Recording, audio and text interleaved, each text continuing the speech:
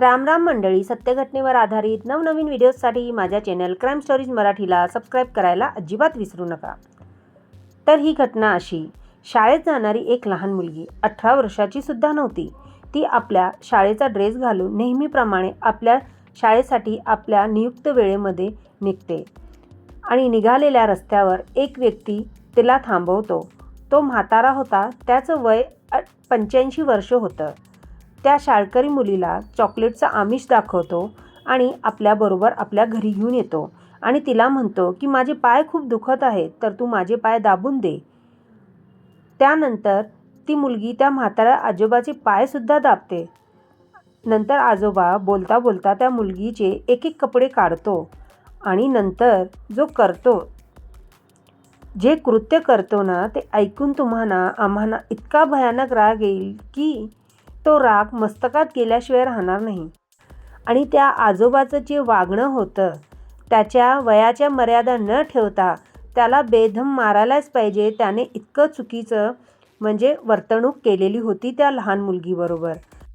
आता तिथे घडलं तरी नक्की काय, हे जाणून घेण्यासाठी व्हिडिओच्या अखेरपर्यंत माझ्याबरोबर तुम्हाला राहावं लागणार। आणि मित्रांनो, चॅनलवर नवीन असाल तर चॅनलला सबस्क्राईब करायला विसरू नका। हा व्हिडिओ थोडाफार जरी आवडला असेल तर व्हिडिओला नक्की लाईक करा। चला मग आता आपण सविस्तर चर्चा करूया। ही घटना झाली एका छोट्याशा गावात। तिथे प्रिया नावाची एक शाळकरी मुलगी होती। ती नेहमीप्रमाणे आपल्या शाळेला जात होती। तिचं वय नुकतं 13 वर्ष होतं, म्हणजे तिच्यात इतकं सामंजस्य नव्हतं की तिने कोणता निर्णय घ्यावा। प्रिया नेहमीप्रमाणे शाळेसाठी निघते। रस्त्यावर तिथे तिला एक आजोबा भेटतात। त्या आजोबाचं वय 85 वर्ष होतं। तो म्हातारा त्या शाळकरी मुलीला मी तुला चॉकलेट देतो म्हणून असं चॉकलेटचं आमिष दाखवतो आणि आपल्या घरी घेऊन जातो आणि म्हणतो, घरी चल, तिथे मी चॉकलेट ठेवलेलं आहे, तू चॉकलेट खा, नंतर शाळेला निघून जा। प्रियाला कुठेही त्या आजोबावर संशय येत नाही, कारण नेहमीचं येणं जाणं असल्यामुळे प्रिया बिंदास आजोबाच्या घरी जाते। आजोबा घरी पोचल्यावर प्रियाला म्हणतो, माझे भरपूर पाय दुखत आहेत, तेल घे आणि माझे पाय चोळून दे। तर प्रिया आजोबाचे पायसुद्धा चोळून देते। नंतर आजोबा त्या प्रियाचे एक एक करून कपडे काढायला सुरुवात करतो आणि नंतर बाजूच्या टेबलावर ठेवलेलं हळद कुंकू घेतो आणि तिच्या गुप्तांगावर लागतो आणि नंतर नको ते कृत्य करायला सुरुवात करतो। आता हे सगळं झाल्यानंतर प्रिया आपल्या घरी निघून जाते आणि रडत रडत घरी पोचते आणि आपल्या आईला सगळं काही रडत रडत सांगते की तिथे राहणाऱ्या आजोबाने माझ्याबरोबर असं कृत्य केलेलं आहे। त्यावर प्रियाच्या आईला भयानक राग येतो। ती कोणत्याही गोष्टीचा विचार न करता, कोणाला काहीही न सांगता थेट पोलीस स्टेशन गाठते। त्या पोलीस स्टेशनमध्ये त्या म्हाताऱ्या आजोबावर तक्रार नोंदवते की त्याने माझ्या मुलगीबरोबर हे भयानक कृत्य केलेलं आहे। नंतर त्या आजोबाला पोलीस चौकीत बोलावलं जातं।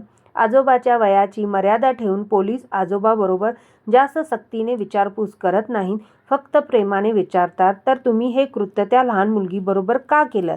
त्यावर आजोबा पण त्याला व्यवस्थित उत्तर देतो की माझी तब्येत ठीक राहत नाही, म्हणून मला एका बाबांनी हे करण्यासाठी सांगितलेलं होतं।